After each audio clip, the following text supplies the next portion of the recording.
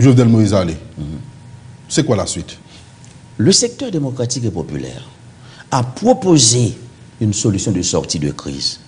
Et nous avons acheminé cette proposition de sortie de crise à presque tous les grands journalistes de ce pays. Moi, voyons une auto. Et nous acheminé pour discussion, nous acheminé pour analyse, pour suggestion. Le débat est ouvert. Et voilà ce que nous proposons, ce qui nous concerne. Nous disons, Jovenel Moïse doit partir parce qu'il est l'obstacle à l'avancement du procès Petro-Caribé, avec il n'est pas capable de déboucher son nouveau projet de société, et ça le plus fondamental. Mais nous disons que nous ne sommes pas dans une situation révolutionnaire, qu'on est capable de craser toute institution qui est dans le pays. Attention, nous ne sommes pas capables de prendre dans la rue et de tout mettre dans le palais comme chef d'État. Nous ne le croyons pas, parce que nous ne sommes pas des anarchistes. Nous prenons un leadership discipliné, un leadership responsable, et nous dit, comme la Cour de cassation, historiquement, il a toujours participé dans cette transition, nous dit le président du gouvernement de transition sera tiré de la Cour de cassation. Et le Premier ministre sera issu du secteur démocratique et populaire, largement large. Ça veut dire là-dedans. Attention. Pour le ministre, largement large. Pour le ministre, nous dit, ça c'est pour nous. Non, il n'y a pas ça nous dit. Vous n'avez pas lu. Du secteur démocratique et populaire, largement large. Largement large écrit. Depuis qu'il doit être agile comme ça là. Regardez pour elle. Non, depuis qu'il doit être agile comme ça. Va regarder dans la proposition. Depuis qu'il doit être agile qui fait que moi-même, moi là-dedans, qui fait tout le monde là-dedans. Parce que pour moi. Sauf c'est pas appellation faire. Ça pas obligé appellation faire à courir mettre tout le monde là-dedans. Pas grand rien qui dit moi en tant que. Michel. Pas grand rien qui dit moi en tant que citoyen. Moi, adhérer avec ça nous a fait comme secteur démocratique populaire là. C'est pas ce que je dis. Voilà la nuance thématique. Allez-y. Il y a le secteur démocratique et populaire qui c'est une force politique d'opposition. Mais le secteur démocratique et populaire, largement large, il y a là-dedans tout le monde qui est retrouvé dans les valeurs fondamentales de démocratie, de justice, de progrès. Pour moi, on est dans le secteur démocratique et populaire largement large. On est dans Franz Duval, il fait partie de ce secteur démocratique et populaire largement large. Ça veut dire, et ça fait nous dire largement large, pour ne pas nous besoin de prendre. Ça veut dire, si on dit c'est au cap Premier ministre, je suis d'accord. Depuis qu'il est en Haïti, nous avons vu le président aller, et puis c'est nous-mêmes politiques qui te conversent, c'est pas blanc. C'est que ça, c'est une préoccupation. Et ils sont très nombreux, les gens, qui expriment cette préoccupation. Basé sur des faits. Non, c'est clair. Et moi, j'ai quand même un minimum d'expérience politique. Moi, connais, effectivement, qu'à chaque fois que obligé d'un changement politique de haut niveau qui fait dans le pays, depuis le président pour aller, le gouvernement pour aller, le plus souvent, c'est pratiquement la communauté internationale qui intervient à la seconde la plus cruciale pour imposer son choix. Nous sommes très conscients de ça. Mais nous disons, il y a une raison qui fait toujours fait comme ça. C'est parce que pas jamais une proposition de sortie de crise clairement définie. Attention, pas jamais une proposition de sortie de crise clairement définie. Il y a toujours un flou sur l'après. Et le secteur démocratique et populaire a décidé de colmater cette brèche. Et c'est pourquoi nous avons proposé une solution de sortie de crise politique. Ça lui permet que l'ensemble des acteurs de la vie nationale, société civile, partis politiques, discuter. Et nous avons conviction que si au niveau national, nous nous mettons d'accord sur une proposition de sortie de crise soutenue par les forces populaires, à ce moment-là, nous avons bien capacité pour nous imposer ça qui est bon pour le pays. Est-ce que nous connaissons automatiquement, nous partons avec une hypothèse, nous avons comme hypothèse président à aller, et que le pays est absorbé dans le chaos? Non. Et que pour le retourner à la normalité, c'est une intervention encore étrangère, soit ministre qui a retourné encore, ou bien l'armée américaine qui peut nous là, complètement sud là, il veut venir occuper nous encore. Mais écoutez, là tu es dans le schéma traditionnel. Et c'est pourquoi nous proposons une solution de sortie de crise. Ah bien sûr, parce que ça passe. Oui, le traditionnel, mais qui est pour bon. Oui, bien sûr, je l'appelle schéma traditionnel. Parce que ça passe, le plus souvent, les gens laissent frapper politique dans le pays. Président pouvoir camper son position, il va pas aller. Opposition a dit faut qu'il aller, mais sans rien proposer. Et leur situation arrivée dans une situation de non-retour, Côté son situation qui vient chaotique, la communauté internationale intervient pour mettre de l'ordre. Mais c'est justement parce qu'au niveau national, par exemple, il n'y a rien qui est clairement défini au départ. Et c'est pourquoi le secteur démocratique et populaire a pris le soin de formuler une proposition de sortie de crise et de supposer sortir dans le nouvel jeudi, s'il pas sorti déjà. La situation est déjà chaotique là, oui. Bien sûr, déjà chaotique. Et je peux vous donner la garantie qu'au niveau des forces politiques de l'opposition et au niveau de la société civile également, il y a des discussions qui se font, il y a des débats qui se font pour arriver à une proposition de sortie de crise qui mettait tout le monde d'accord. Et ça devrait être fait le plus vite possible parce que nous n'avons pas besoin de lancer pays à nos aventures. Parce que le plus important, ce n'est pas de faire partir Jovenel Moïse. Attention, nous ne sommes pas des assoiffés de pouvoir. Ah, croyez-moi si vous voulez. Croyez-moi, mon cher. Croyez-moi. Je demande à celles et ceux qui me regardent et qui m'écoutent de me croire. C'est pas ça le plus important. C'est faire procès Petro-Caribéa pour nous tracer un exemple clair. Côté l'argent de l'État, c'est pas choix, pas fort, respecter le loi gérer. Mais c'est Petro-Caribéa. Je vais y arriver. Et deux, faire émerger, et c'est le plus important, un nouveau projet de société. Et c'est pourquoi nous proposons la tenue d'une conférence nationale haïtienne souveraine, côté tous les acteurs de la vie nationale, généralement quelconque, PHTK comme parti politique, secteur privé et autres, nous tout à chita pour nous faire émerger un nouveau projet de société. Voilà le plus important. Sous Petro-Caribéa, il y a des chemins de la loi, même ensemble avec vous, qui estime que nous mal commençons ensemble avec lui. Vous voulez parler de M. Madistin? Écoutez, M. Madistin, c'est un excellent avocat. Vous avez une journée là, non? Non, m'a dit. Écoutez, M. Madistin, c'est un excellent avocat.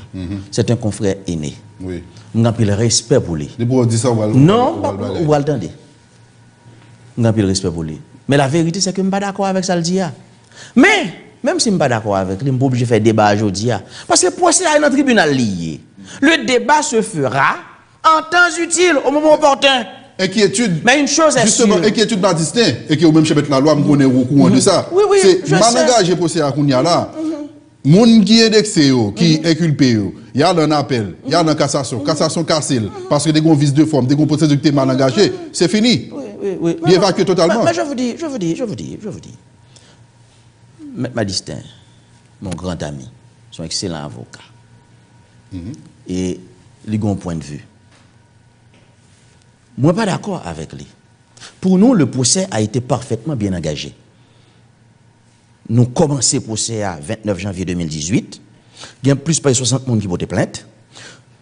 Juge d'instruction a commencé l'instruction du dossier, n'a pas avancé. Débat avec grand frère, grand confrère, Madistin, n'a fait le côté pour nous faire là, parce que nous avons côté pour nous faire. Moi, refusé de faire débat, ça, je dis, ce n'est pas ça le plus important. Mais, il est clair que c'est un procès, il y a des gens qui gagnent position au soleil, ça ne me dérange pas. Et c'est la démocratie. Comme ça, dit. Vous dites, vous avez défendu dans le dossier, c'est l'avocat Patrick Noramé, ancien directeur général BMBAD, qui a un mandat pour lui là, pour répondre aux questions. Et qu'il a cherché de là, on va jeûner. Pour ces avocats. Mais si je suis avocat là, s'il a un mandat contre lui, il faut que le commissaire pour demander de retirer le mandat. Ou bien il faut que commencer à qui action pour le faire pour lui. Ça veut dire qui ça? Je vais le dire. Et ça me fait plaisir. Oui, et ça me fait plaisir. Que avocat, je dis à mon avocat il y a un an de cela, non? Bien sûr, je suis avocat avant. Et il y a plus passé 10 personnes. Je suis tout bon vérité. Il y a plus passé 10 personnes qui, je dis, dans le procès Petro-Caribé, je suis avocat avant de avoir une relation avec eux. Mais vous n'êtes pas avocat. Mais dans Petro-Caribé, je ne suis pas avocat. Voilà la vérité. Ça veut dire qu'il y a des gens qui sont avocats avant qui sont venus dans le cabinet, qui sont défendus dans l'autre dossier. Mais dans le dossier Petro-Caribé, je ne suis pas avocat. Et pour moi, où est le procès Petro-Caribé? Vous êtes avocat Patrick Noramé, le directeur général bien pas. Non, il était fait quitter. Je ne connais pas. Il y a des gens qui te contactent. Je ne connais pas Patrick Noramé. Ok, vous êtes avocat. Oui, il y a des gens qui te contactent pour le dossier. Qui est avocat? 2017. On est passé. Oui, 2017. On est passé. Procès Petro-Caribé, nous initié le 29 janvier 2018. Bref, Ça n'a rien à voir. Qui dossier t'as géré pour lui? Non, il était un dossier. Vous avez arrêté déjà? Ou même dossier ça? C'était ça, non? Il n'y a pas de jamais arrêté. C'est pas Patrick Noamé, non, ok. Il n'y a pas de jamais arrêté. Non, parce que j'ai été un directeur général BM Padio qui t'a habillé, etc. Non, il n'y a pas de. Ok, c'est de l'autre là. C'est toi à chercher. Moi qui est. L'autre là, c'est Patrick Laurent qui t'a avocat. Oui. Attendez. Moi-même, attendez. Il y a plus passé 10 personnes. Attendez ça bien. Qui n'a pas trop caribé. On l'autre dossier. On va songer. On l'autre dossier. On va songer. Bon, pas besoin de venir. L'avocat ou une obligation professionnelle, pas besoin de venir parler de dossier client. C'est comme si on est médecin. Tu vas voir un médecin, les consulter ou un problème. Bon, mais c'est bon, je viens de la radio, mon cher, monsieur te gon sucre, monsieur te gon tension, c'est pas important. Okay. Même dit où, il y a plus passé 10 personnes qui dans le dossier Petro-Caribé, là qu'on y a, moi te kon parle avec eux, me même qu'on défend avant. Mais une chose est sûre, dossier Petro-Caribé, pour moi, son contribution à le pays. Ce pays qui m'a tout donné, moi, je ne pas la voilà. Nous sommes rescapés du système éducatif haïtien. Je fais classement dans le lycée, je fais classement dans l'école nationale, je fais classement dans la faculté de l'État. Ça veut dire, ce pays m'a déjà tout donné. Ma PC, c'est ma ballon bagaille. Dans le procès Petro-Caribé, je n'ai aucun intérêt personnel, intérêt professionnel à défendre. Je choisis camper pour que tout le monde qui a dit qu'il faut que le procès a fait. Sans intérêt professionnel. Et je ne vais pas mentir. Fais-moi confiance si tu veux. Ou on ne doit pas faire confiance tout. Si je n'ai pas choisi camper dans le parti civil dans le dossier Petro-Caribé, si je n'ai pas choisi et défendre pour le procès à fait, je suis avocat. En pile monde qui dans le procès Petro-Caribé qui est impliqué, et je suis un bon petit cop dans le poche. Ok. Même choisi l'autre camp, côté pas gain comme là, parce que pour moi, je dois ça à pays. Ça, j'ai le droit au pays. C'est un support, c'est une contribution patriotique que je donne à la nation haïtienne. Je dois ça, mais ce pays m'a déjà tout donné. Il m'a pile bagaille déjà. Deux autres points pour nous avancer. Là, on parle de secteur démocratique populaire là, où Veli, où mettez tout le monde, même monde qui pas voulait entrer là-dedans nous, ou mettez tout le monde là-dedans. Depuis que les classes politiques sont aussi unies de ça. Non, c'est pas de ça qu'on parle. Mais c'est de ça, il s'agit tout. Bien sûr, écoutez. La division. Nous, ou même sur exemple. Ou même sur exemple tangible de division qui a gagné en dans politique là. Ou avec nous, avec M. Newton Saint-Just. Quoi ta figure ou concerné, les opposants dans l'élection, nous allons mettre nous ensemble pour que nous voyons seul candidat ou pour un parti pour mettre nous parti par. Ça fait dans toute classe politique là. Je dis à mais faut aller jusqu'au dans politique là, 1 seconde. Allez-y. C'est vrai. C'est tes amis moi. Nous te battons ensemble. Mais je dis à la vérité, c'est que nous pas même côté politiquement. Nous chacun position nous politiquement. Mais c'est la vie qui est comme ça. Mais c'est ça passé avec nous dans la classe politique là. Non. Nous diviser trop. Je dis à la grand secteur que les secteurs démocratiques et populaires, depuis lorsque par l'élection nous allons fragmenter, chaque monde va le faire par eux. Nous on a sorti de nulle part parachuté. Ça va diviser. C'était le cas avec Préval, c'était le cas avec Matéli, c'est le cas avec Jovenel Moïse. Division nous fait que yo prend pouvoir. Et là, je dois vous le dire. Et des problèmes avec Moïse Jean-Charles. Et là, je dois vous le dire avec franchise.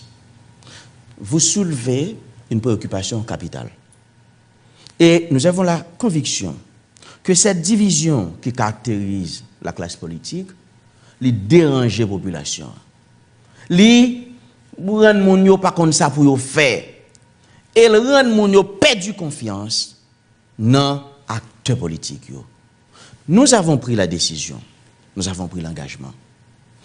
Pour nos batailles, pour nous construire un secteur démocratique et populaire uni, solide.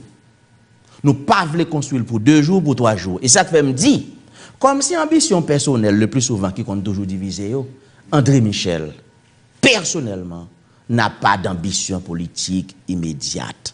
Ça veut dire, je ne suis pas candidat pour rien, je n'ai pas besoin d'aucune fonction politique, mon seul bagage est en main. Croyez-moi si vous voulez. Malheureusement, pas obligé de croire moi. Pour candidat, on fait expérience déjà, ou pour population, au Sénat, et comme sénateur, ou t'allez comme candidat, quitte à la présidence, ou à la présidence, je n'avais pas fait de campagne. Maintenant, pour passer l'électif, je termine. Je n'avais pas fait de campagne comme candidat à la présidence. C'est clair. Et je te voyais 1 500 000 gouttes, moins. Je voyais le tourner parce qu'il me dit que je ne suis pas dans l'élection. Subvention? Bien sûr. Je voyais le chèque la tourner parce qu'il me dit que je ne suis pas dans l'élection. Ma défaite aux élections sénatoriales, je l'assume. Mais on est d'accord avec moi, une défaite politique n'est pas suffisante pour anéantir la carrière d'un homme. Absolument pas qu'il y a des défauts. Cependant, moi dis, l'homme dit moi-même, je dis, je n'ai aucune ambition politique personnelle immédiate. Je n'ai pas besoin de candidat. Je n'ai pas besoin d'aucun job. Seul bagage que j'ai besoin, c'est de travailler au rassemblement du camp démocratique et populaire pour que nous puissions présenter dans un avenir pas trop lointain un projet clair capable de changer les conditions de vie de la population. Réaction sur deux points. Parce que pour moi, c'est ça qui est important aujourd'hui. Lumière où je me déjà. Moi et Jean-Charles, à l'Évertière, les montées de drapeau noir et rouge, et en ce moment, nous sommes avec nous prenons avec coup de pied, division, etc. Nous avons fait travail par eux. Mais très. Réaction sur ça. Ah, nous devons combattre, nous te mettons le déo dans la non, parce que tu as été dans le théâtre quand tu étais beaucoup plus jeune. Parce que là, moi, j'ai un art théâtral qui a développé. Je vois un petit bagage là. Mais il faut que je tout panel magique là comme ça. Moi, j'ai un style théâtral. Non, c'est des faits. Mais j'aime ça, franchement. J'aime ce style théâtral. La manière dont vous lancez les questions. Si moi, Jean-Charles, qui monte drapeau noir et rouge là, nous partageons ça avec elle? C'est sa responsabilité. Personnelle. C'est sa responsabilité. Et le nouvelliste a posé une question, mais ça me dit. Pour nous, aujourd'hui, le plus important, c'est de mobiliser la population pour faire de cette grande journée de mobilisation nationale du 18 novembre 2018 un succès patriotique et populaire. Et nous demandons pour être concentrés sur la mobilisation. Maintenant, toutes les autres questions symboliques, les autres questions de fond, nous pourrons le débattre dans la conférence nationale haïtienne souveraine. Ça veut dire, c'est sa responsabilité et c'est pas parler. Non, mais nous ne parlons pas de ça. Ok, c'est clair. 18 novembre, à qui ça, mon cap gado là, doit attendre. En ce qui nous concerne, et pas oublier me dire les m'a commencé l'émission. Au niveau du secteur démocratique et populaire, on est en train de faire la promotion d'un leadership responsable, d'un leadership discipliné. C'est important. Et qu'est-ce que ça nous fait? Nous écrit, nous demandons tout groupe politique, tout groupe de base qui décide de faire manifestation 18 novembre, 19 novembre ou bien 20 novembre, nous exigeons tout pour écrire la police. La police notifiée. Ah oui. Non seulement nous faisons le Port-au-Prince, mais nous demandons tout pour faire et moi insister comme avocat pour faire. OK. Vous comprenez ça? Parce qu'il y a l'ordre républicain. La bataille politique doit se faire dans le cadre du droit et de la Constitution. Son principe lié pour moi. Et nous assurons-nous, toute bagaille a passé très bien. Ça veut dire que tout le monde a sorti dans la rue. Nous assurons-nous que les formalités légales, constitutionnelles remplies. Et pendant ma parole avec vous, là, je suis capable de garantir. Nous en contact constamment avec les responsables de l'institution policière pour nous planifier sécurité. Est-ce que sur la police, est-ce que novembre 2018. Est-ce que sur manifestation relativement pacifique pour le 17 octobre? Cependant, ah ouais, c'est une belle question. Cependant, bon problème. Le 17 octobre a été une journée de mobilisation pacifique. Oui. Et nous avons tout mot d'ordre, tout message, nous avons lancé, nous avons dit, attention, le secteur privé n'est pas un ennemi, etc. Et sortir dans la rue, réaliser effectivement une grande démonstration de force, mais pas attaquer les gens, pas faire ça. Mais il y a un bagage qui passe le 17 octobre qui est excessivement grave. Les gens sont sortis, ils ont manifesté pacifiquement, cependant, nous enregistré 7 cadavres, 7 gens assassinés, 17 octobre 2018. Et RNDDH, qui sont un groupe de droits humains crédibles, ils ont sorti un rapport qui a confirmé qu'il y a 8 cas d'assassinat. Ça veut dire qui ça? Par qui est-ce? Des policiers, des hommes armés pour du pouvoir. Parce que le pouvoir politique, là, qui ça le fait, un groupe policier le prend, sous responsabilité, le cap fait des exactions, et le retire mon en bas commandement responsable policier. Et c'est ça qui a passé. Donc maintenant, du coup, pour 18 novembre, qui ça n'a pas maintenant, l'on a une situation comme ça.